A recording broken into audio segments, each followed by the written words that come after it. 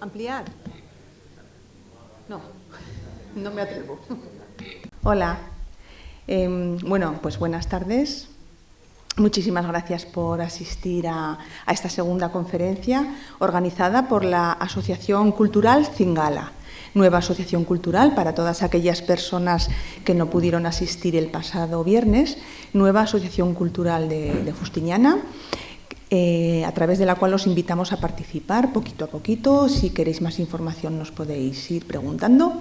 Y bueno, como os comentábamos el viernes pasado, es una de las primeras actividades que realiza la asociación, estas conferencias que se celebrarán este mes de octubre, todos los viernes. A las 7:30 de la tarde en el Cine Lux de Fustiñana celebraremos conferencias al igual que el año pasado. ¿Estás? Sí, vale.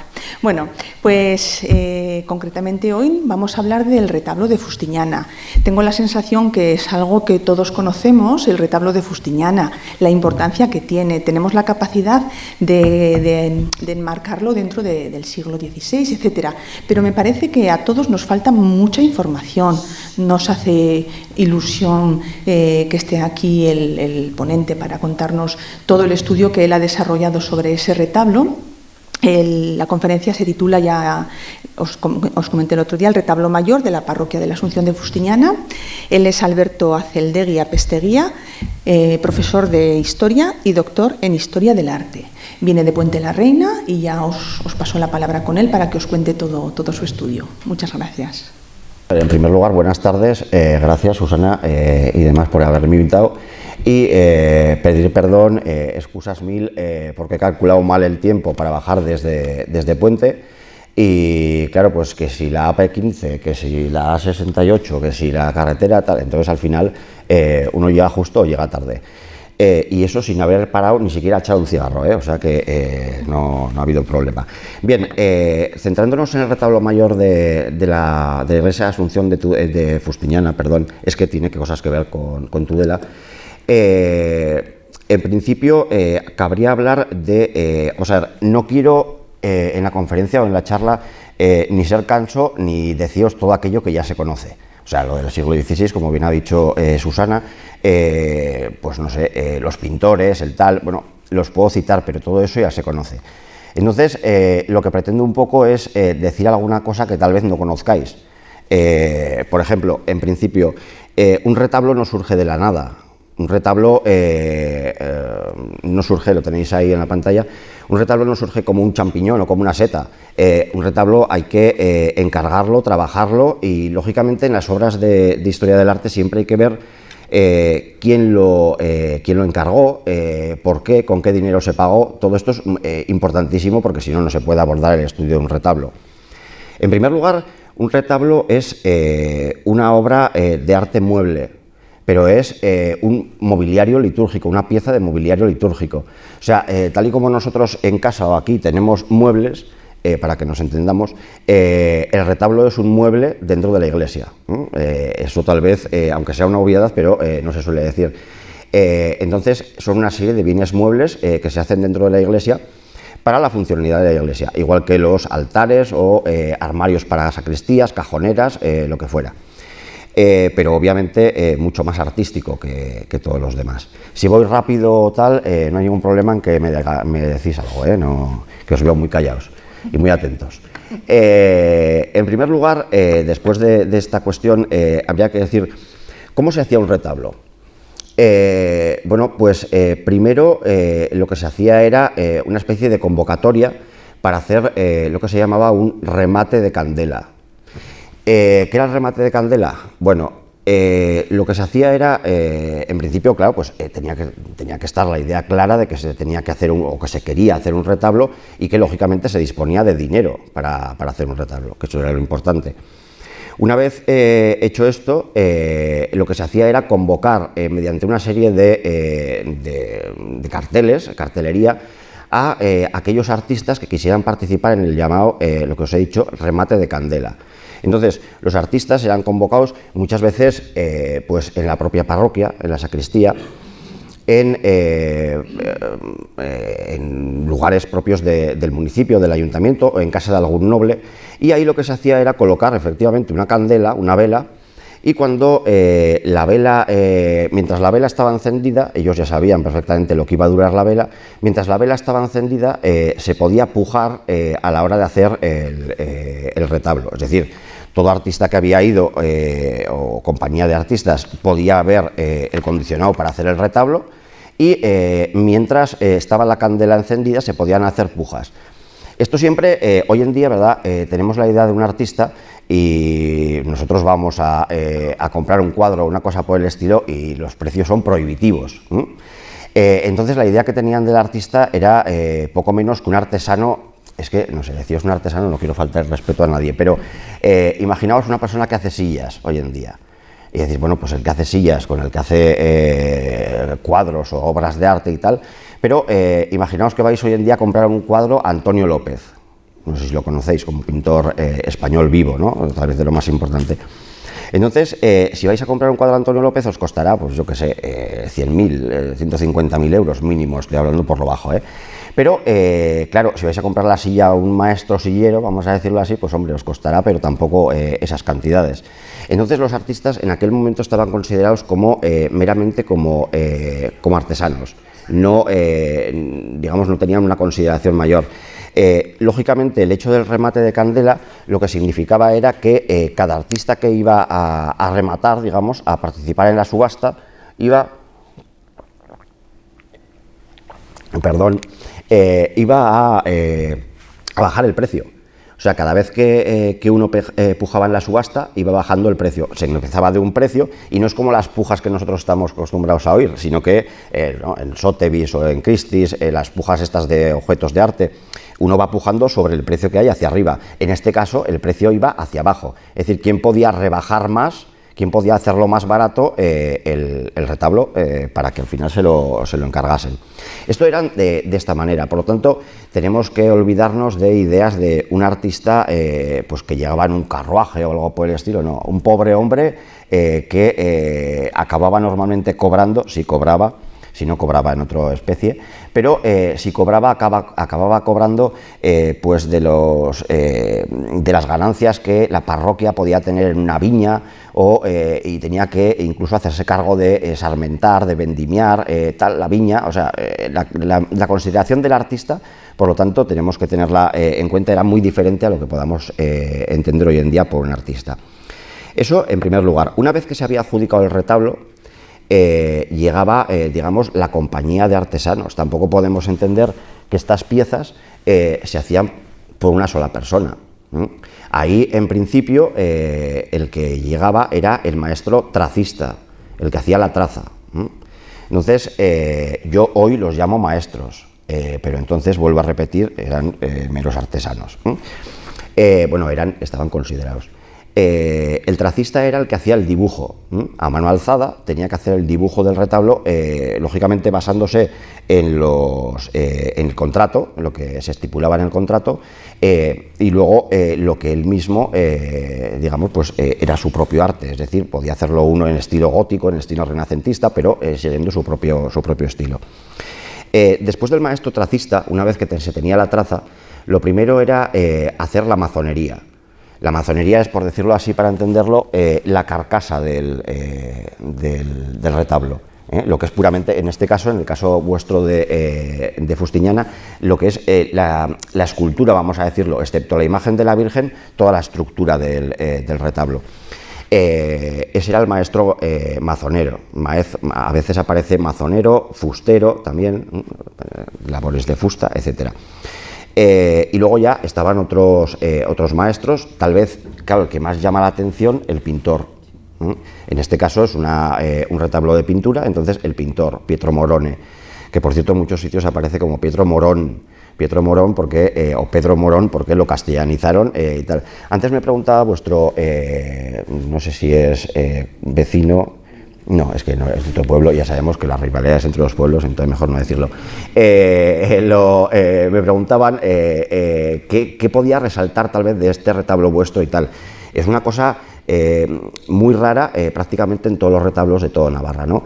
Y es que el pintor, en este caso Pietro Morone, es italiano, es nacido en Italia, nació en Piacenza. Entonces, claro, él es, de alguna manera, ha visto Hombre, no conoció a Miguel Ángel, obviamente, en persona, pero sí que vio sus obras en persona. La mayoría de pintores que trabajaban aquí, en Navarra o en Aragón, me da igual, jamás habían visto las obras de Miguel Ángel, no habían viajado nunca a Italia. Este hombre no solamente está en Italia, sino que conoce directamente las obras de Miguel Ángel. Seguramente vio la Sixtina, las bóvedas de la Sixtina, él conocía directamente todo. Y eso es un elemento, digamos, que distingue el retablo de la Asunción de Fustiñana de todos los demás. De todos los demás. El artista es propiamente italiano, no es que sea, ya lo he dicho antes, no es que sea italianizante o es que sea romanizante en el estilo de Roma, no tiene nada que ver con el románico, pero es que es propiamente italiano.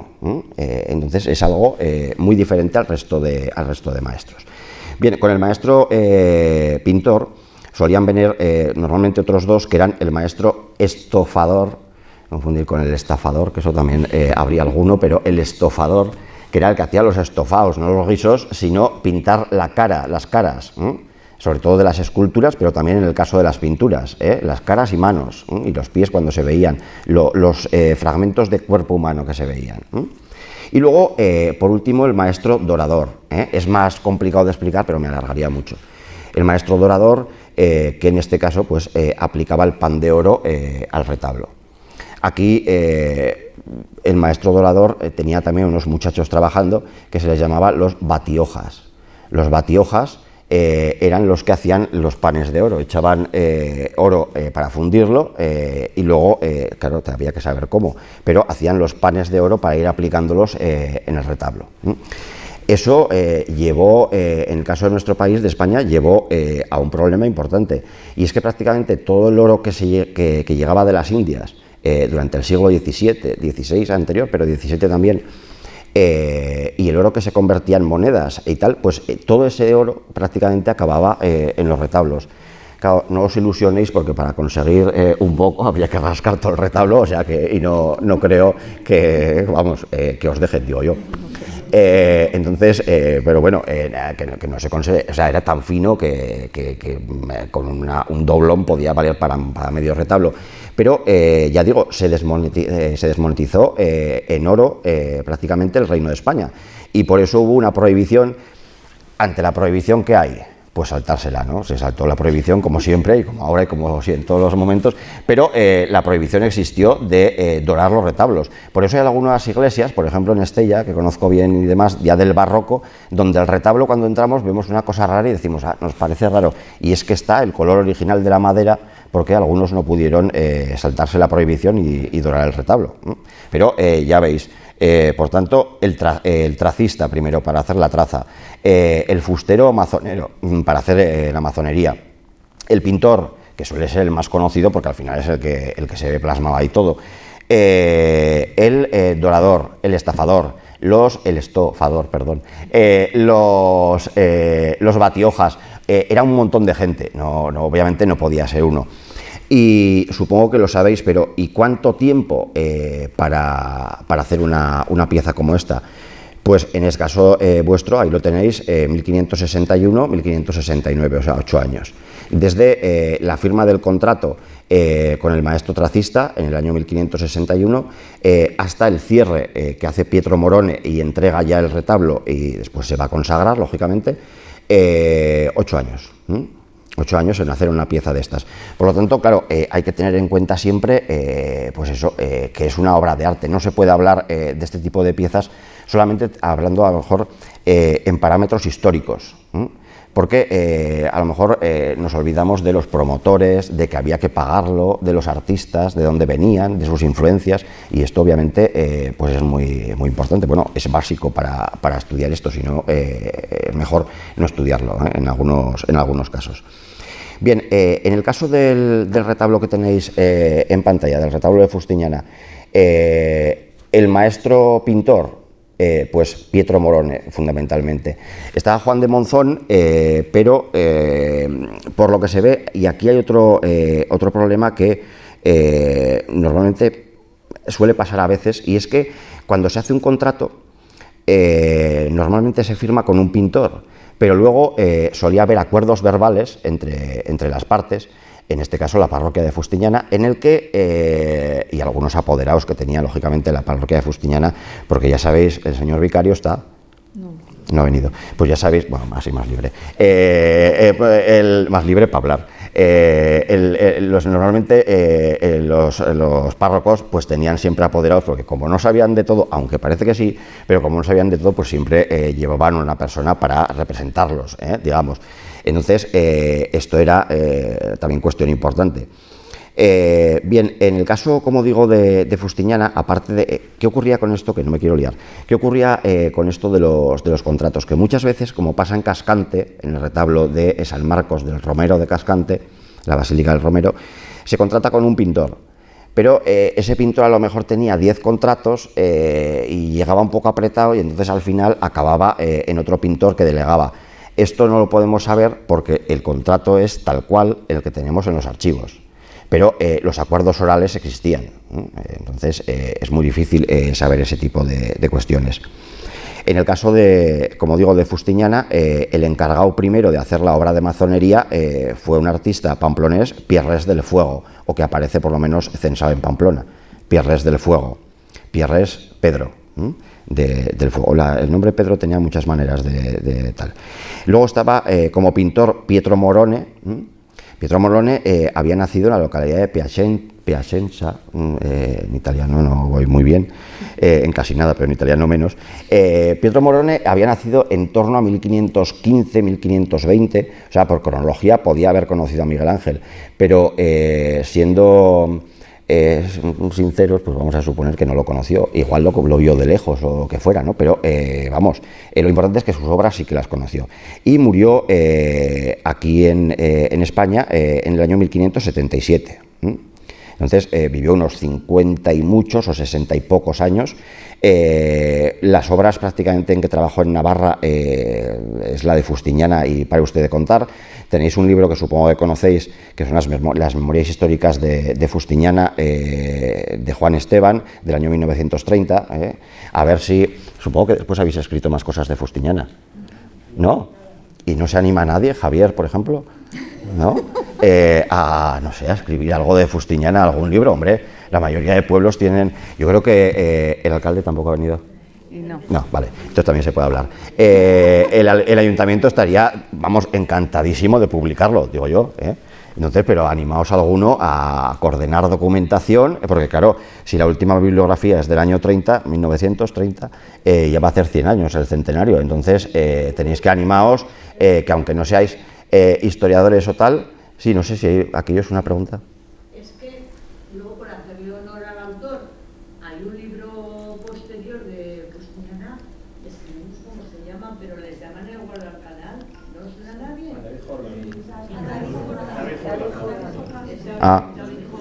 Vale, pues ese la verdad no lo conocía. Pero hombre, a ver, no es por haceros así rivalidad, pero San Adrián tiene un libro, San Adrián de Palmas, y un libro así de grueso y tal. Entonces, ahora con la asociación nueva... Por eso, para picaros y hacer rivalidad para que publiquéis algo bien. Bien, el pintor, por lo tanto, Pietro Morone. Juan de Monzón no debió... A ver, sí que debió intervenir. Claro, el retablo tiene diferentes pinturas. Si me doy la vuelta no se oye, y si no me doy la vuelta no puedo... Entonces, las diferentes pinturas, sí que algunas se ve que tienen, digamos, diferente estilo a las otras. O sea, el maestro Morone realiza las que, os voy a enseñar un par por lo menos, las que se ve más claro el estilo romano, el estilo romanista, el estilo italiano, el Renacimiento. Mientras que seguramente el otro pintor lo que hizo fue las más sencillas, las más simples. Esto también pasaba siempre. Muchas veces en los contratos podía aparecer y que el retablo sea a la romana, como los calamares. Eso quería decir, a la romana quería decir al estilo renacentista, a la romana, a la Roma, pues, quería decir al estilo renacentista. Y luego iba uno al retablo y se encontraba con lo más gótico que podía haber. Y decía el contrato, y que sea de colores vivos, amarillos, rojos, azules, y uno iba al retablo y veía los colores más apagados que podía haber. luego litigios. Y podía decir, y que sea de oro de buena calidad y bien dorado, y uno iba al retablo y se encontraba con que el oro a los 2 años empezaba a caerse a trocicos y allí no quedaba absolutamente nada. Pero claro, también era de entender, porque el pintor o el grupo de artistas, en principio, claro, gastaban un dinero para hacer la obra, pero como a lo largo de 20 años, por ejemplo, imaginaos, ha pasado 20 años de retablo, como ya a lo mejor yo no estoy, o no me van a decir muchas cosas, pues si lo dicen a mis nietos o a mis hijos, pues bueno, bien está, pero si no, o sea, entendéis que también había, digamos, sus intríngulis y había sus cosas en la época, exactamente igual que ahora. Ya decía el rey Salomón que nada nuevo hay bajo el sol, con lo cual exactamente igual que ahora, las pillerías y demás. Entonces, los dos pintores intervienen, pero obviamente el mejor de largo es Pietro Morone, de eso no os quepa la más mínima duda. Y siempre es mejor atribuir todo el retablo a Pietro Morone y decir es que estuvo un tal Juan de Monzón y tal, déjate a Juan de Monzón y lo atribuimos a Pietro Morone, que está muy bien. En cuanto a las, digamos, las fuentes escritas a la hora de hacer el retablo, a ver, todos los retablos, lógicamente, son muebles litúrgicos y, por tanto, muebles religiosos. Y, por tanto, la pintura que vamos a encontrar es pintura religiosa. A nadie, pues no sé, le parecerá que podemos encontrar la plasmación de una sardana o una jota, ¿no? Pues es pintura religiosa. Entonces, esa pintura religiosa tiene que basarse en unas fuentes escritas. En muchas de esas ocasiones, la mayoría de esas ocasiones, las fuentes escritas obviamente son los evangelios canónicos, Mateo, Marcos, Lucas, Juan. Pero en otros casos nos encontramos elementos como, por ejemplo, la Verónica, San Joaquín y Santa Ana, la dormición de la Virgen María, que es vuestro caso, en Fustiñana, etcétera, que no aparecen en los evangelios canónicos. Entonces, claro, los artistas necesitaban un poco saber dónde basarse, saber, digamos, cómo se narraba esa historia para plasmarlo. Entonces, ¿dónde lo recogían? Fundamentalmente dos fuentes. Una, los evangelios apócrifos, que os sonarán. Son evangelios, bueno, pues no considerados por la Iglesia. Hombre, algunos, a ver, aquel que dice del niño Jesús, que siendo pequeño, claro, era Dios, pero que como todavía era pequeño no se daba cuenta de que era Dios, entonces un amigo le hizo enfadar y lo convirtió en estatua de barro. Entonces, claro, de esas cosas hay muchas en los evangelios. A ver, son chascarrillos, son historias inventadas posteriormente. Pero entended una cosa, todos los personajes, como os he dicho, Joaquín, Ana, la Verónica, muchos otros, que no aparecen en los evangelios canónicos y que tienen que ser plasmados en los retablos, hay que recogerlos de algún sitio, y suelen ser los evangelios apócrifos. Hay muchísimos. Hay, aquí en los que os interese, hay un muy buen libro publicado por un jesuita hace muchos años, aunque tiene muchísimas ediciones, en la BAC, en la Biblioteca de Autores Cristianos, Evangelios Apócrifos, se titula así, Don Aurelio de Santos Otero. Un libro muy muy bueno. Además, incluso hasta en los que están escritos originalmente en griego, aparece el griego original en el libro. Muy bueno.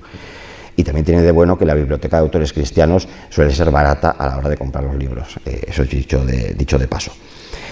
La otra fuente, la leyenda dorada de Jacobo de la Voragine.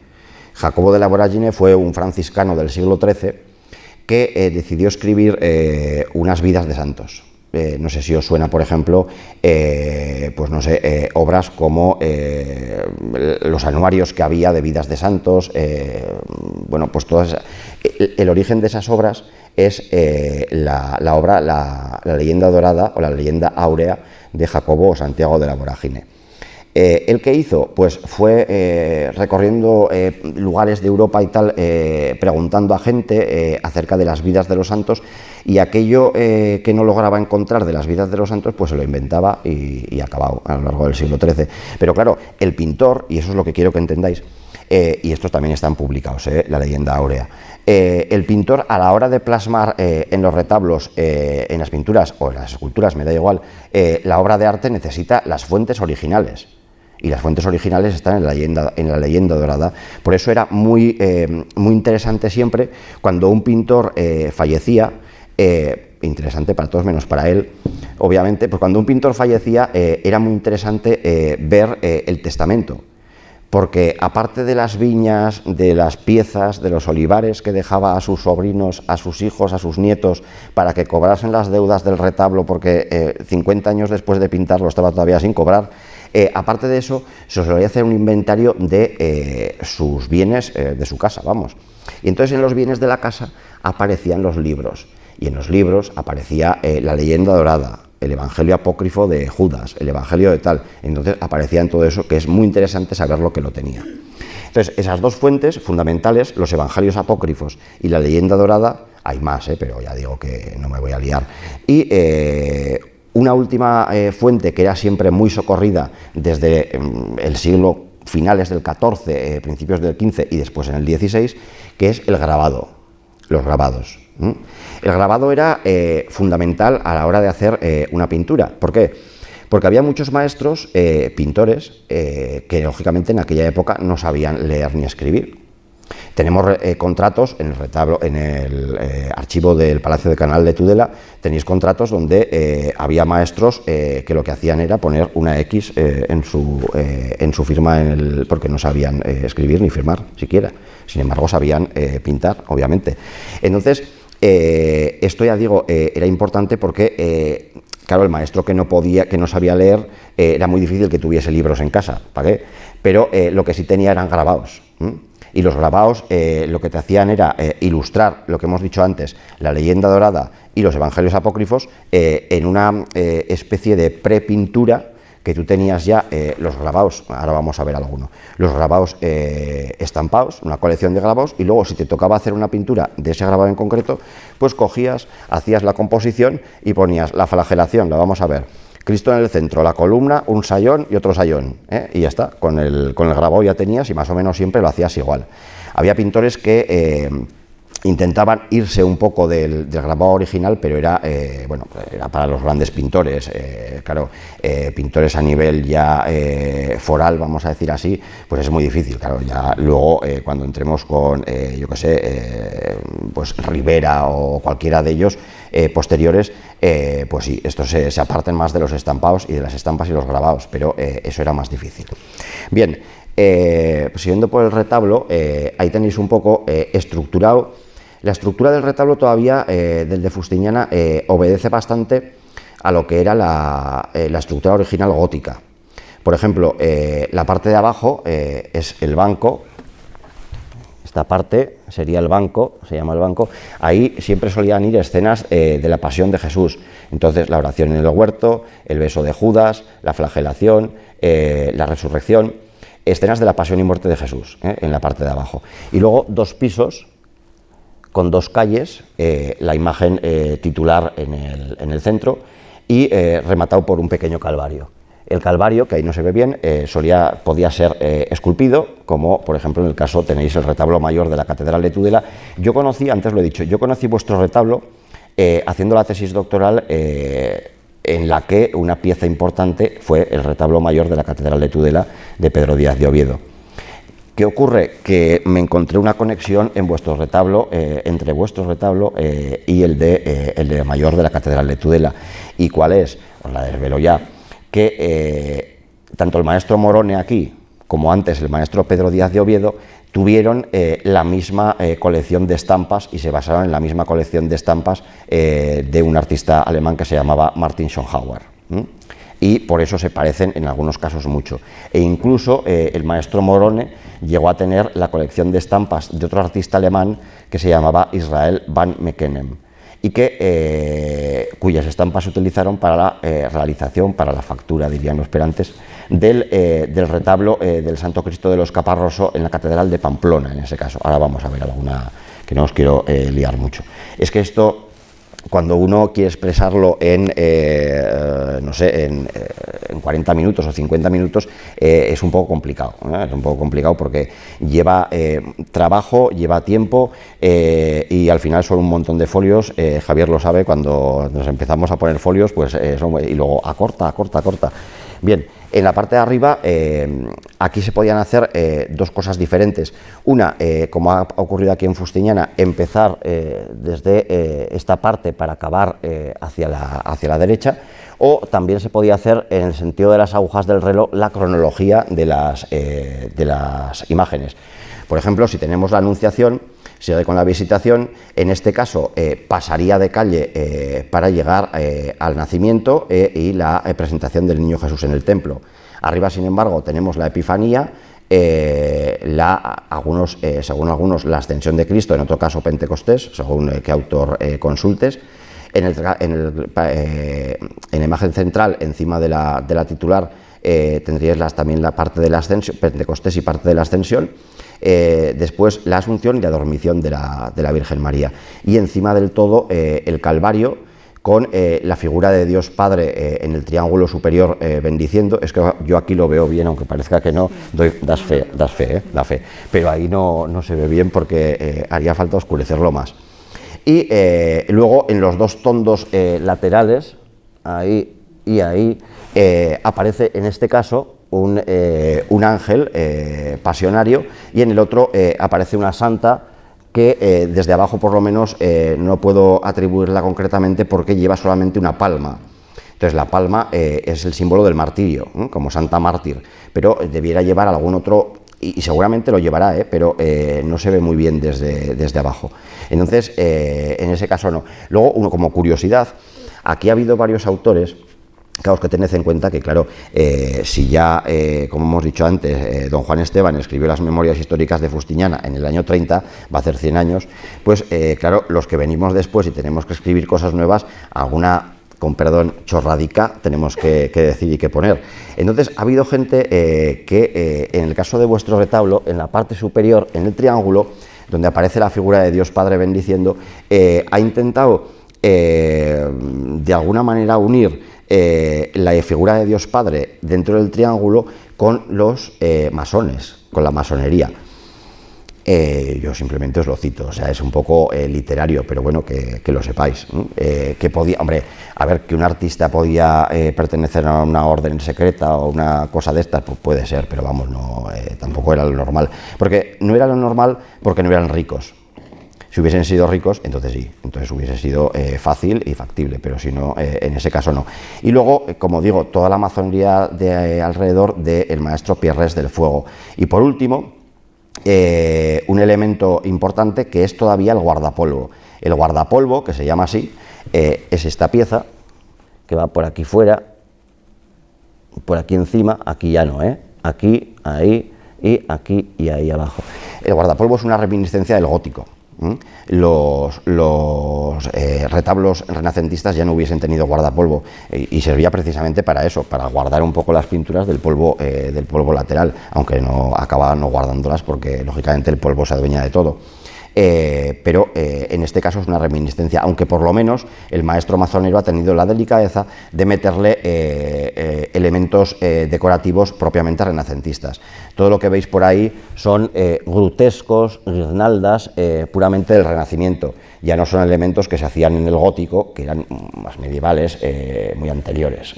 Entonces estos sí que son elementos, o sea, aquí por ejemplo la condición que aparece en el contrato de que debía de estar hecho a la romana, en este caso sí se cumplió.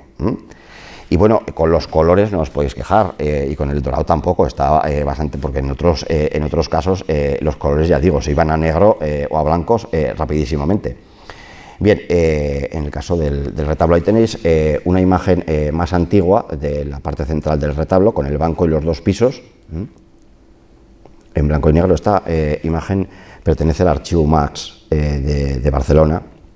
El Archivo Mas existe todavía hoy, se dedicaron en los años 20-30 a sacar fotografías por toda España y luego pues conservan un gran archivo en Barcelona. Lo que pasa es que, claro, la gran mayoría de ellas son en blanco y negro. Aquí tenéis el beso de Judas. Como os he dicho, todo este tipo de decoraciones se llama grutesco, relieve a candelieri, bueno, una serie de nombres obviamente italianos, obedecen ya a los gustos nuevos que vienen desde Italia. En el caso de España hubo un ligero problema, y es que aparte de los gustos propiamente italianizantes, la reina Isabel la católica, aunque había muerto hace mucho tiempo, pero ella tenía un gusto por el drama, un gusto por lo dramático, por lo fuerte, y obviamente aquello era lo flamenco. Entonces hubo una lucha siempre entre el Renacimiento y el gótico final que se resistía a morir, ¿no? Entonces, vosotros tenéis el Renacimiento y en Tudela, en la catedral, está ese gótico final. Entonces eran dos mundos que convivieron mucho tiempo. Y en España, por eso os he dicho la suerte de tener un retablo pintado por un maestro puramente italiano, porque en España el Renacimiento puro, pues bueno, hubo que esperar al siglo XVI avanzado, y para cuando llegamos al Renacimiento puro ya estaban cambiando el barroco. Eso suele pasar casi siempre en España, pero bueno, eso es otra cuestión diferente.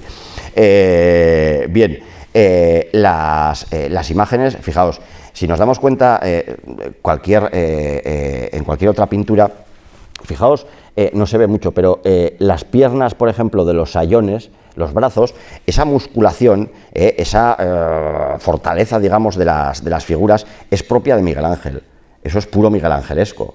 Incluso las espaldas anchas, tal, si habéis estado en Roma o habéis visto imágenes de la Sixtina, de las bóvedas y tal, pues los cuerpos grandes, Miguel Ángel pinta hombres como mujeres, tanto hombres como mujeres, pero si pinta una mujer, digo, norma general, pues las mujeres tienen un poderío físico un poquito, o tenéis, con perdón, un poquito menor. Entonces, en casos así, por norma general, antes de que me agredan. Pero, digo, Miguel Ángel cuando pinta figuras femeninas las hace tan potentes y tan grandes como los hombres. Y en este caso, pues si os dais cuenta, las imágenes son propiamente imágenes masculinas, todas. Imágenes muy potentes, imágenes que llaman muchísimo la atención, que hasta entonces no se habían sido vistas aquí. De hecho, por ejemplo, hubo una iconografía que fue la de San Sebastián, que durante un tiempo estuvo prohibida realizarla de tal manera, porque claro, San Sebastián va atado a un árbol con las flechas asaeteado, ¿no? Y claro, si el pintor venía y pintaba una cosa musculosa y tal y cual, aquello podía llamar demasiado la atención, ya me entendéis. Y claro, lo que hizo la Iglesia, pues de prohibirlo, de manera que San Sebastián tuviese que ser vestido como un doncel y con una carjac atrás con las flechas y el arco en el hombro. Eran imágenes. Luego había que, por eso digo que en España hay que avanzar, hay que esperar muchísimo el avance del Renacimiento. Ahí tenéis, por ejemplo, una comparación entre vuestra imagen del retablo, es una pena que se ve mal, el retablo de Fustiñana y el retablo del Santo Cristo de los Caparroso en la Catedral de Pamplona, en el otro lado. La simetría, las formas de colocar tanto a Cristo como a Judas, la imagen de San José, si no me equivoco yo. La imagen de, San José, San Pedro, ahí dándole el espadazo al sirviente, a Malco, están justo en el mismo lugar, el brazo ese hacia arriba, que también está por ahí. Lógicamente, esto no viene del pintor de Pamplona, que en ese caso es un pintor, Joan de Charles, un pintor francés, sino que esto viene del grabado original. El grabado original, ¿qué es ese?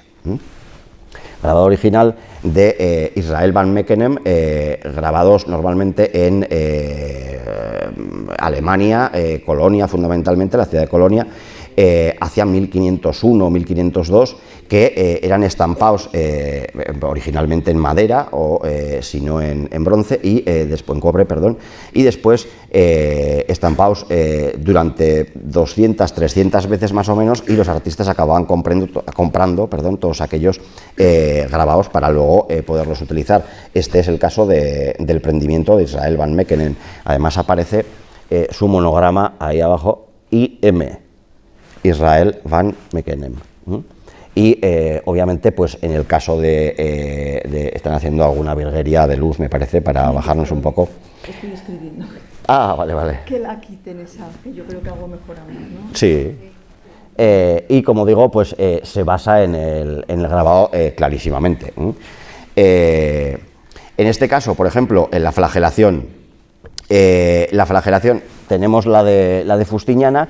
A ver, la de Fustiñana es renacentista y entonces es más sobria. El Renacimiento huye de abigarramientos, de cosas. Ya vendrá luego el barroco para no dejar ni un hueco de pared libre sin decorar, pero el Renacimiento va a huir de todo eso, de la misma manera que el neoclasicismo después dirá, esos retablos donde, sobre todo en la Ribera, ¿verdad?, tenéis mucha afición a colocar en los retablos, no en el vuestro, pero sí en los barrocos, acelgas, berzas, coles, toda la huerta, toda la mejana metida en el retablo y dorada y estofada. Pero, claro, los renacentistas no, en vuestro caso no, porque los renacentistas huían radicalmente de todo esto.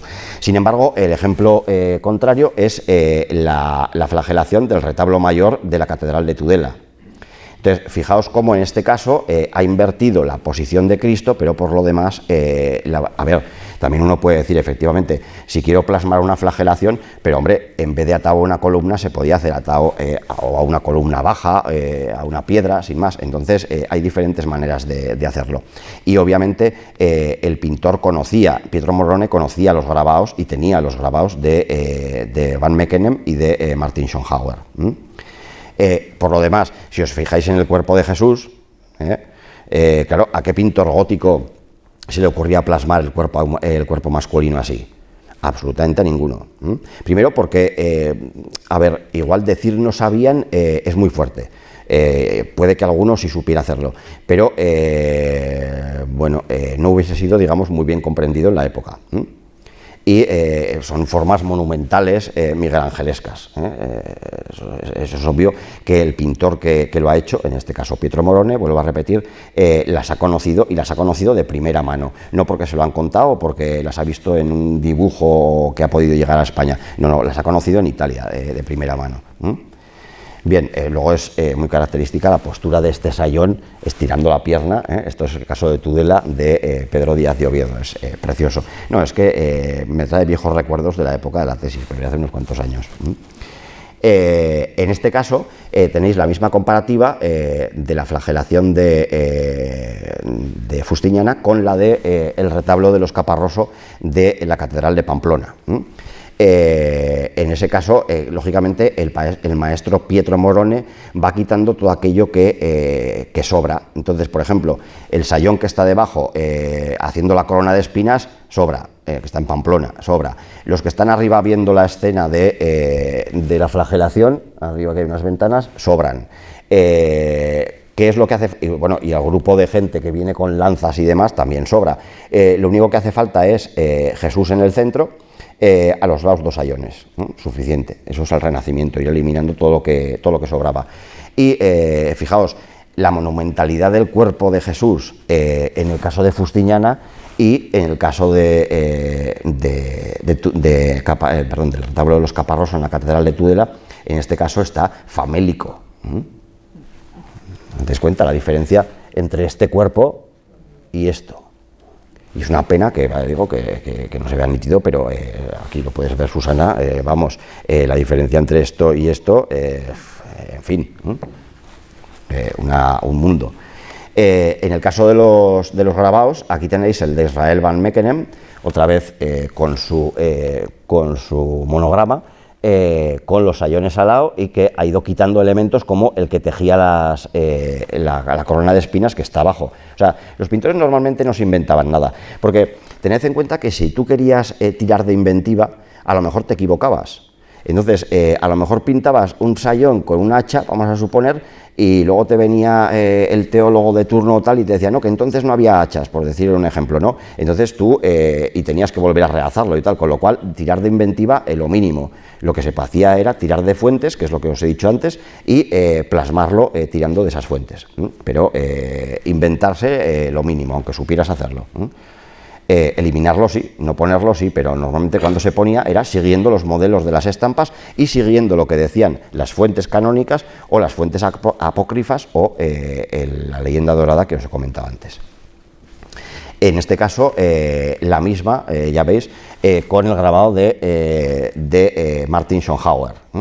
Entonces, Cristo en el centro, aquí sí hay un mayor volumen del cuerpo en el grabado de Schönhauer, pero está claro que, digamos, pues la influencia es esta, y además es que fue muy curioso, ya digo, en el caso de los testamentos, fue muy curioso ver en el de Pietro Morone la serie de grabados, tanto de Martin Schonhauer como de Israel Van Meckenem.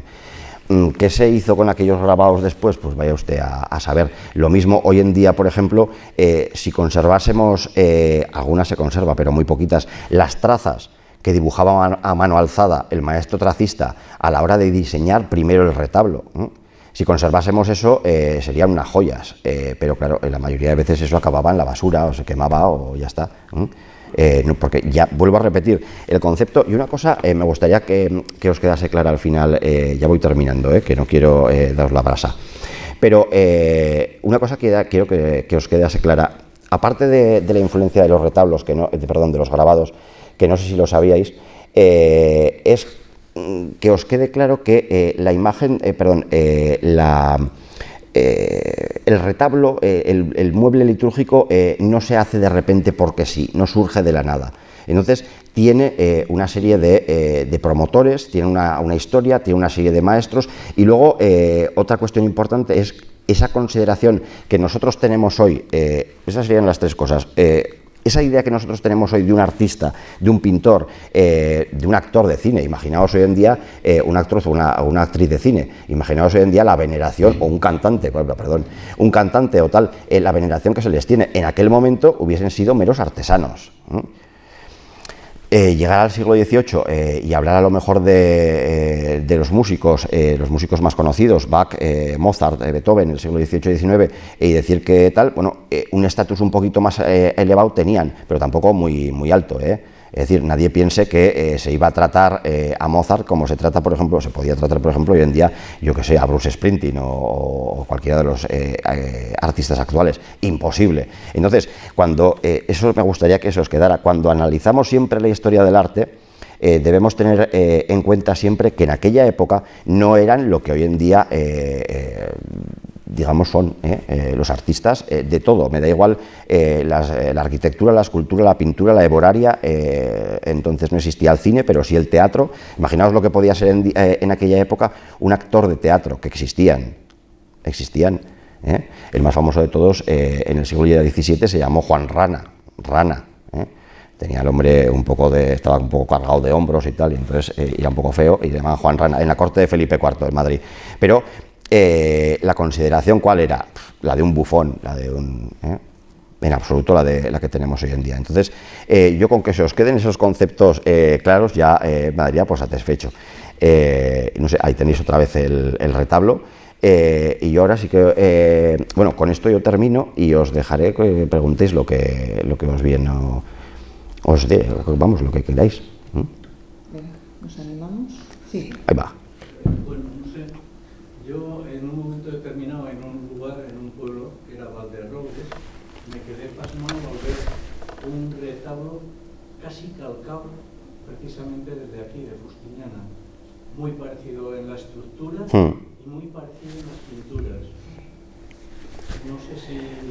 A ver, la estructura, ya os digo que la estructura del retablo desde el siglo... porque el retablo tal cual, como hoy conocemos un retablo, es un mueble que nace en el siglo XIV, muy finales del siglo XIV. Y los primeros retablos que nosotros tenemos, por ejemplo, en Navarra, ya serían del siglo XV, principios del XV. Por ejemplo, aquí el más cercano sería el de Nuestra Señora de la Esperanza en la Catedral de Tudela, o el de Santa Catalina también en la Catedral de Tudela. Son de 1409, 1410, o sea, antes que eso no existían los retablos, no se utilizaba tal cual, el mueble litúrgico pues no existía. El parecido entre un retablo y otro es que la estructura del retablo gótico, como os he dicho, es siempre muy parecida. El banco, los dos pisos, las calles, la escultura en el retablo central, arriba un calvario, pues en escultura o en pintura, y el guardapolvo. Eso era siempre más o menos así. Luego, si ya son en pintura, pues todavía se parecen más. Sí. Y además se parecen, es decir, coincidían mucho los temas de las... Siempre. pero también daos cuenta que había muy poco margen a ser ahí, por eso mismo que decía de no inventarse cosas, había muy poco margen a la inventiva, porque eran escenas de la pasión de Cristo o de la infancia de Jesús, y luego, como mucho podía haber, si el retablo estaba dedicado a un santo en concreto, podía haber alguna escena de la vida de ese santo, pero tampoco había mucho lugar para la inventiva. El estilo también me pareció... Sí, renacentista, primer renacimiento, sí. Por cierto que antes, una cosa que se me había olvidado, la tenía para apuntados, antes normalmente a este estilo lo conoceríais como plateresco. Lo que pasa que en historia del arte, como en todo, van cambiando las modas. Entonces el plateresco ahora ya romanismo, mejor romanismo. Y yo qué sé, por ejemplo en Portugal se le conocía como manuelino, estilo manuelino por el rey Manuel I, hoy en día ya es romanismo.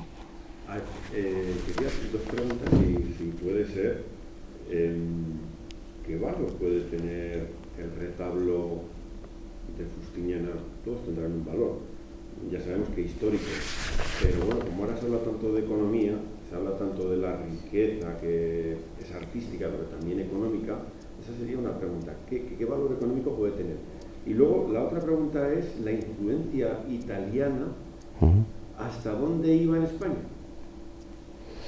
A ver, la primera, difícil me lo ponéis, caballero. Es que hoy en día, claro, a ver, efectivamente todo tiene un valor, porque no penséis que piezas de este tamaño y más grandes no van a parar a subastas. Entonces, hoy en día, porque pensamos que en la subasta tú encuentras solamente el diamante o la escultura de no sé quién o el cuadro de Picasso, no, piezas de este tamaño también van a parar a subastas, vendidas, tal. Ven, aquí habría mucho que decir, pero mejor no decir nada, de cómo llegan las piezas a las subastas, a las casas de subastas. Pero sí, bueno, ya se hace el gesto con la mano. Pero claro, ponerle un valor que se podía pagar hoy en día por ese retablo, imagínate que lo llevamos a Sotheby's o a Christie's, que son las dos casas en Gran Bretaña más famosas de subastas, podría pagarse tranquilamente entre 5, 10, 15 millones de euros sin problema. ¿Eso vale lo de Justiniana? Sí. Dios mío, de mi vida. Sí. A ver, claro, tendrías que encontrar... Ojo, que yo no os estoy dando ideas para que lo choréis. O simplemente, para que no se le ocurra a alguno, aunque tiene trabajo. Ojo, hace poco salió en televisión, no sé en qué pueblo de Castilla y León era, robaron la portada románica, pero es que la portada entera de una ermita. La ermita estaba en el monte, un poco alejada y tal, pero claro, hace falta llevar el camión. Hace falta llevar el equipo albañiles, hace falta llevar... Joder, tiene mucho mérito el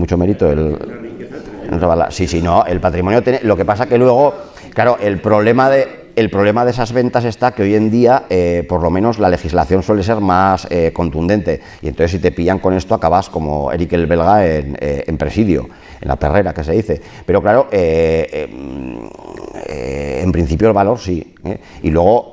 Tendrías que encontrar, hoy en día está muy cercano, digamos, a los países árabes ricos, los jeques árabes, tendrías que encontrar la persona idónea para que lo comprase.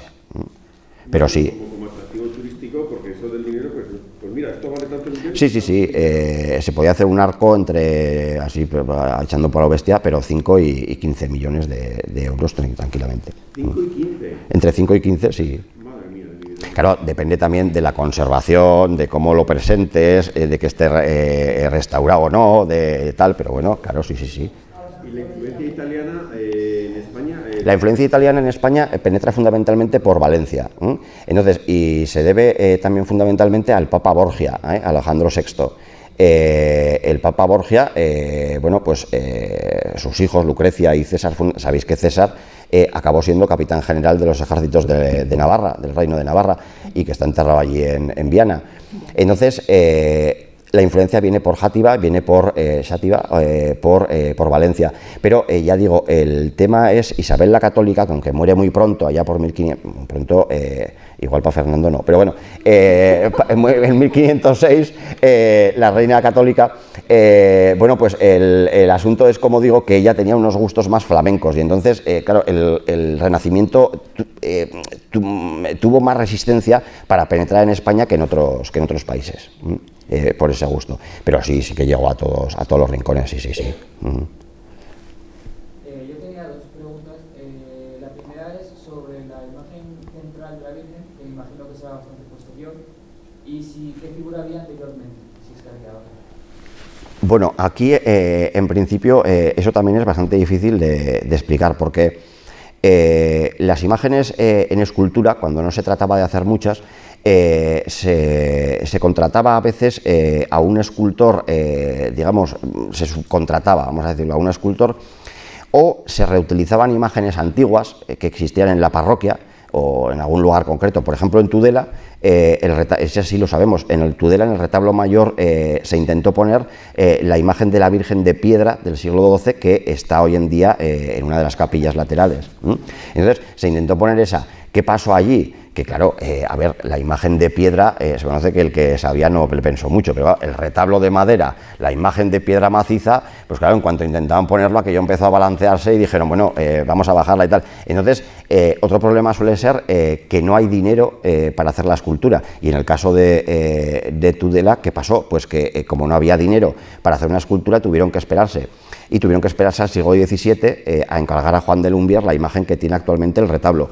En este caso, bueno, la imagen de la Virgen no es muy posterior al retablo. Yo hablaría más o menos 1590, todavía está en estilo romanista. Y es de buena factura, es de buena... Lógicamente, a ver, las pinturas de Pietro Morone, yo no es porque esté en Fustiñana y vosotros seáis de Fustiñana, lógicamente, pero las pinturas de Morone son buenas, son muy buenas. La talla del 0 al 10, Pietro Morone, un 7,5, un 8. La escultura, es muy aventurado decir esto, pero bueno, ya que estamos así entre amigos, un 6 por ahí. Y la otra pregunta era sobre, has hecho muchas referencias a la financiación, si se sabe algo sobre la financiación de este... Hay dos referencias a dos viñas, concretamente en el término de Mallén, en Aragón, pertenecientes a la parroquia de Fustiñana. Esas dos viñas es totalmente seguro que las tuvo Pietro Morone, pero es que el problema es lo que os decía antes, o sea, no es que a ti te den las dos viñas, te dejen, ojo, no te den, dar aquí no daba nadie nada, no es que te dejen las dos viñas por el espacio de 10 años, para que tú saques la uva de esas viñas, bueno, el vino, vamos, al final el beneficio económico. Es que tú tienes que hacerte cargo de la vendimia, del sarmentar, de podar, de todo esto. Entonces, claro, el gasto, imagínate para cuando recuperabas el dinero que habías invertido en el retablo. Era una forma de vivir totalmente diferente. Pero sí, las dos viñas sí que se saben. Y luego, lógicamente, dinero en efectivo también, pero todo nunca. No. Sí. Hay un retablo similar que es del mismo autor en la antigua catedral de Tarazona. Sí. Está en la Magdalena. Y hay dos que hace, pues, cronológicamente supongo que será parecida a la cronología que hace en Fustiñana. ¿Tuvo taller permanente en alguno de los dos focos? En Fustiñana sabemos que se vino a vivir hacia 1566-67 y además que se vino con su familia, con la mujer y con los hijos, y estuvo hasta el 69. Trabajando aquí en Fustiñana, viviendo aquí en Fustiñana, con la familia. Eso sí que se sabe. El taller de estos maestros era muy itinerante, era como las cortes medievales, ¿no? ¿Dónde estaba la corte? Pues donde iba el rey, pero era itinerante. Entonces, claro, pues hoy trabajabas aquí, tenías que estar viviendo aquí y mañana en otro lugar. En Tarazona seguramente también tuvo taller, pero aquí en Fustiñana por lo menos 2-3 años estuvo viviendo aquí, con su familia. Con lo cual el taller estaba aquí. Sí, sí.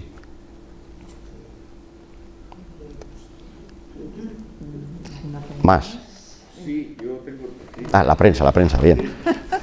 Si has dicho que entre 5 y 15 millones puede valer... Ah, es de... ¡Ay, madre! La prensa cercana a la política... Bien. ¿Cuánto pudo costar ese retablo en aquellos tiempos?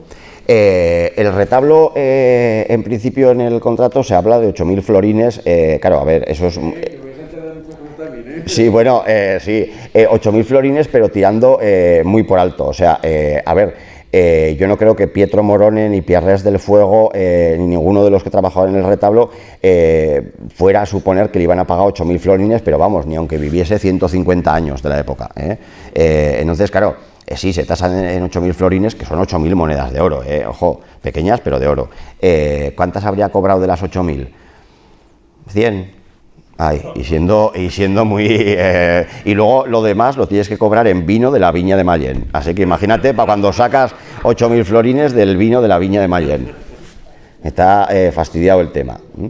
Imagínate que hoy haces lo mismo, que vas a comprar un cuadro, que encargas a un artista un cuadro y que le dices, no, te iré pagando porque tengo un olivar y te va a dejar el olivar 2 años. Entonces tú coges la oliva, la llevas al trujal, sacas el aceite, lo vendes y con eso te vas cobrando. Claro, ya. Imaginaos, se podía intentar, ¿no? Pero igual no te lo admitían, digo. No obstante, no deja de ser curioso que está trabajando en Tarazona, una ciudad importante, en Tudela, una ciudad importante, y llega a Fustiñana. También algo de una villa importante. Sí. Hombre, claro, es que Susana, me estás dejando Fustiñana, pero claro, una ciudad importante, Fustiñana, pues una villa importante. Había trabajo, había una parroquia más o menos nueva, potente, había dinero, había trabajo, pues allí que se iba, sí. Ahora, es un privilegio, haber tenido, lo digo en serio, haber tenido a Pietro Morone aquí. No sé si le habéis dedicado una calle o no, pero yo lo dejo caer. Todo llega a la Ahora que lo sabemos ya, pues... Claro. Avenida de Don Pietro Morone. Pero lo ponéis en italiano, que queda más bonito. Ponéis Pedro Morón. Si ponéis Pedro Morón, pues... ¿Se puede saber cuánto en pesetas hubieran sido los 8.000? Los 8.000 florines... eso es imposible, pero que una vez a un historiador se le ocurrió hacer una comparativa de los florines, los sueldos, los maravedíes y tal, hablando de burros y hablando de cabezas de ganado y tal, y bueno, salía una cosa disparatada. Pero podemos hacer el ejercicio, si queréis, de los 8.000 florines por los entre 5 y 10 millones de euros hoy en día. A ver, imaginaos hoy en día, esto os lo digo en serio, imaginaos hoy que la parroquia de Fustiñana dice, vamos a hacer un retablo hoy y vamos a contratar a un pintor italiano de primera fila, a lo mejor hoy en día no conocemos ningún pintor italiano, pero a verlos haylos, seguro, y a un escultor que venga, haga la traza y esté aquí 8 años trabajando, haciendo la traza en la mazonería y pintando todo el retablo. ¿Cuánto podía costar esa obra de arte? Claro, entre los 5 y 10 millones, pero es que, claro, debéis tener en cuenta no solamente la obra de arte, sino el escultor, todo su taller, las familias y tal, viviendo aquí en Fustiñana y la manutención de todo eso, claro. Hoy en día se cobraría el kilometraje también. Sí, entonces, al hilo del tema que estamos hablando ahora, se sabe algo del mecenas del promotor, quién sufragó la obra, si sabemos todavía de la familia, si fue un legado testamentario, sí. No, es... Por ahí sí que vas mejor. Seguramente fue la parroquia de Fustiñana y aprovechando los legados testamentarios. O sea, en la mayoría de parroquias solía ocurrir que, a ver, para que lo entendáis y decíoslo claro, es que si voy con circunloquios, en aquel momento, en aquellas épocas, se creía obviamente que si tú, cuando hacías testamento, cuando te ibas a morir, dejabas a la iglesia pues una viña, una pieza o un dinero o tal y cual, pues te iba a favorecer en el juicio final. Es decir, si San Pedro decía, ¿le has dejado una viña a la parroquia? Bien, para adentro. ¿No has dejado nada? Para afuera. No tenía nada, da igual. Entonces, ese pensamiento lleva a mucha gente, y hoy nos puede parecer ridículo, es lo mismo que os decía del concepto del... Pero entonces era así. Y entonces, las famosas bulas, tal, entonces, bueno, todo ese tipo de cosas que no entro porque faltaría tiempo, pero al final acababan dejando mucha riqueza a la Iglesia, y la Iglesia, lógicamente, aquello lo podía vender o tal, y tenía dinero. Entonces, seguramente proviene de mandas testamentarias que iban cayendo, pero es que es la mayoría de pueblos es así, O sea, lo más difícil es encontrarte un retablo, bueno, lo más difícil, se encuentran muchos también, que ha pagado un noble. Y entonces normalmente suelen aparecer los escudos de la casa nobiliaria en el retablo, aparecen pequeños escuditos con el escudo del noble, de la familia, o en el caso de Tudela, por ejemplo, el ayuntamiento de Tudela, que tenía parte en el patronato, digamos, eclesiástico, propiamente eclesiástico de Tudela. Pero era más complicado. Lo más razonable era la parroquia con dinero entregado por... ¿quién te iba a entregar dinero? Pues la gente que... dinero o bienes, pues la gente que tenía, los campesinos, la mayoría de campesinos y tal, que iban a dejar deudas. Sin embargo, Justiniano no tenía nobles. Era una encomienda. No, pero siempre puedes... Si el problema no era que lo dejases a tu pueblo, siempre puedes dejar un testamento para la parroquia de donde sea, con tal que te lleven al cielo. ¿Qué más da? Donde dejes el dinero. Si el eclesiástico de turno de la época te firma el documento por el cual te dice que tú vas a ir al cielo y tú te lo crees, pues ya está. Y en aquella época se creía. De hecho, se llegaban a pagar cantidades importantes para conseguir la bula en la cual se decía que tus abuelos ya estaban en el cielo, o tus padres.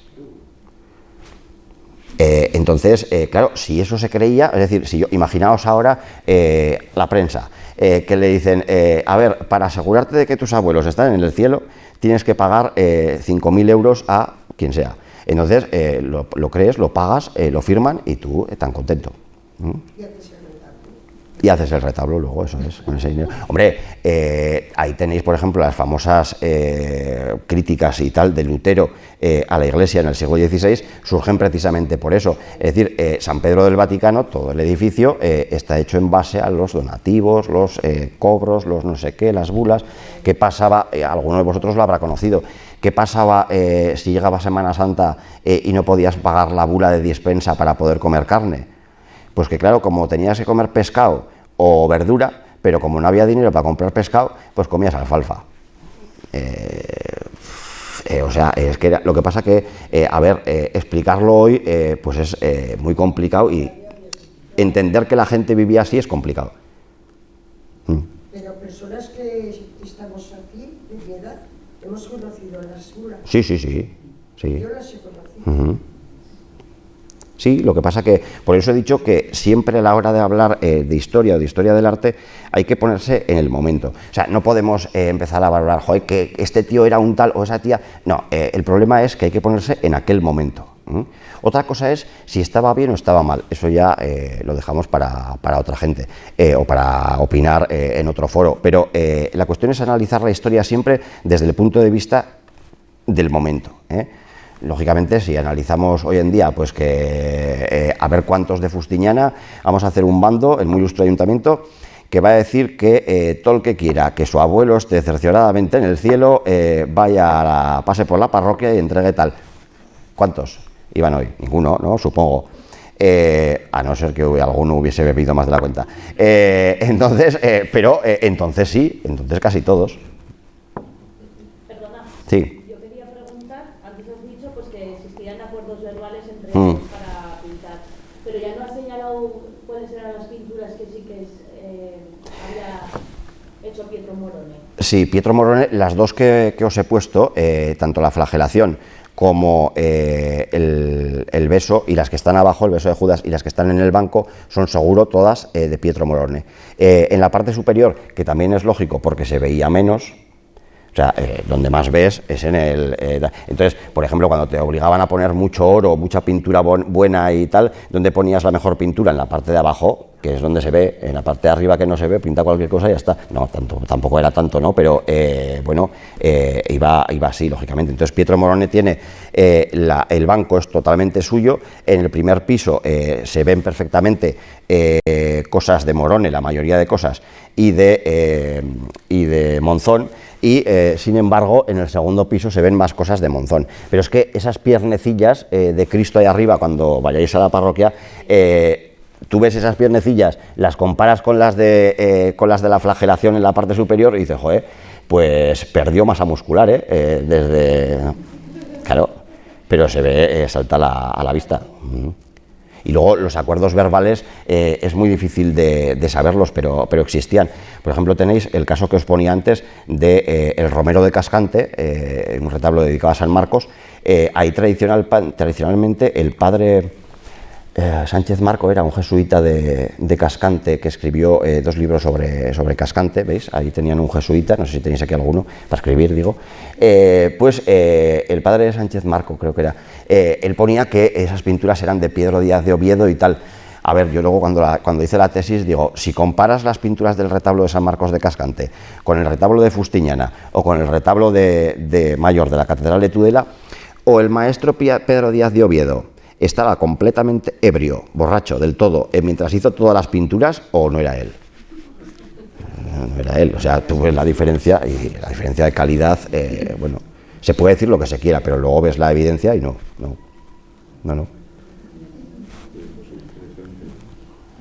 Y los acuerdos orales son muy difíciles de... Volviendo otra vez a lo económico, ¿cómo se pudo recaudar tanto dinero?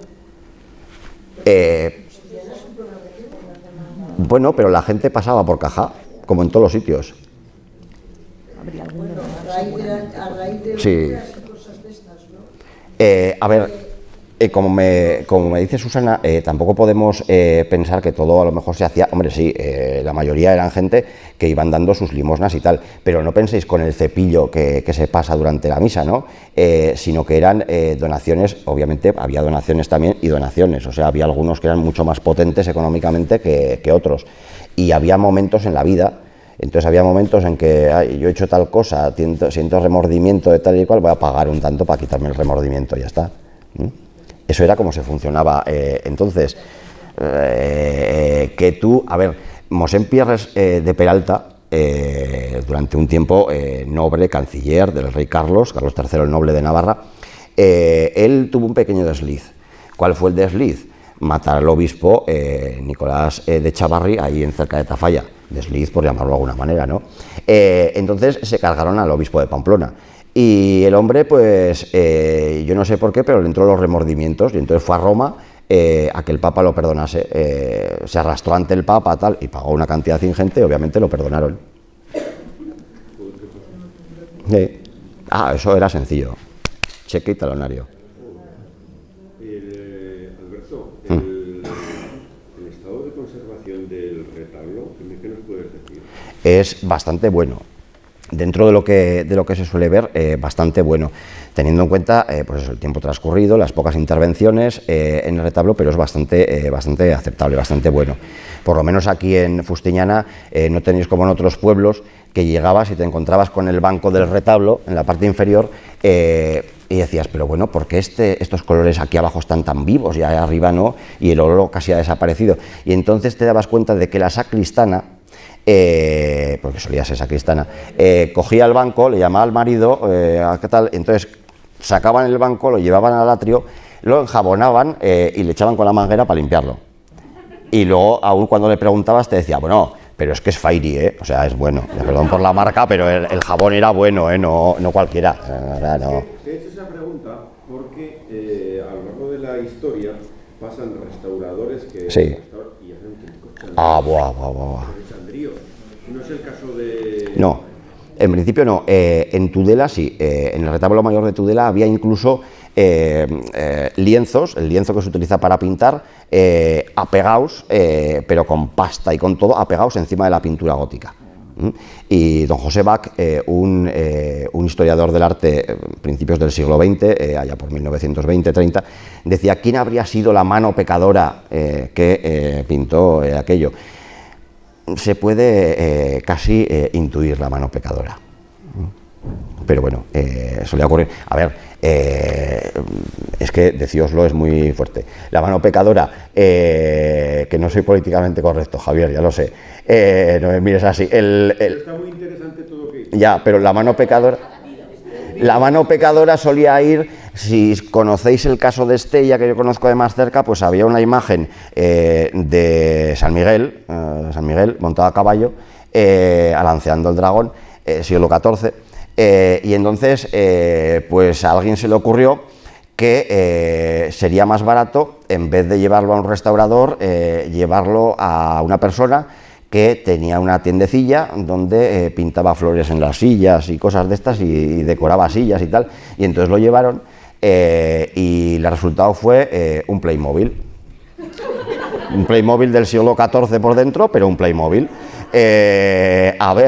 Hubo multas, sí, pero ahí está. El responsable de tal, ¿quién es? Pues ya lo podéis entender. Aquí no sé si pasa, pero a ver, en Estella también, San Pedro de la Rúa, llega un momento en el que pues hay una píxide, que es una cajita pequeña de madera hispanoárabe, donde se guardaba la llave del sagrario. Esa píxide llega un momento en los años 30-40 que desaparece, y en su lugar aparece una caja de plata preciosa, moderna, pero de plata moderna, y la llave del sagrario allí. La píxide hoy en día está en el Museo de los Claustros de Nueva York. Claro, de mano a mano, lógicamente todos fueron ganando beneficio tal, pero ¿dónde estaba la píxide? Guardaba la llave del sagrario, del altar mayor. Entonces, ¿bajo qué custodia estaba? Que consta que no he dicho nada para la prensa. Pero está muy claro. O sea, hay que tener en cuenta que el patrimonio ha tenido, normalmente siempre se dice, ¿no? El patrimonio en Navarra, las guerras, invasiones, incluso se habla de la guerra civil. La última guerra civil en Navarra, no tuvo, digamos, elementos bélicos propiamente. Pero claro, nunca se habla del papel de los gestores de ese patrimonio en la desaparición del patrimonio, y tampoco he vuelto a no decir nada.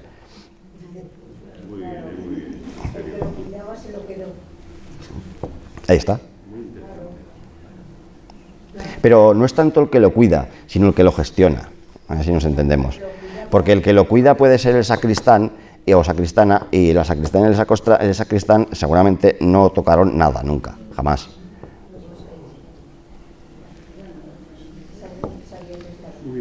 ¿Alguna pregunta más? Es que está la prensa presente. Cuando la prensa presente no... Muy bien, ahí está. Bueno, pues una conferencia, Alberto, muchas gracias. Creo que hemos aprendido mucho.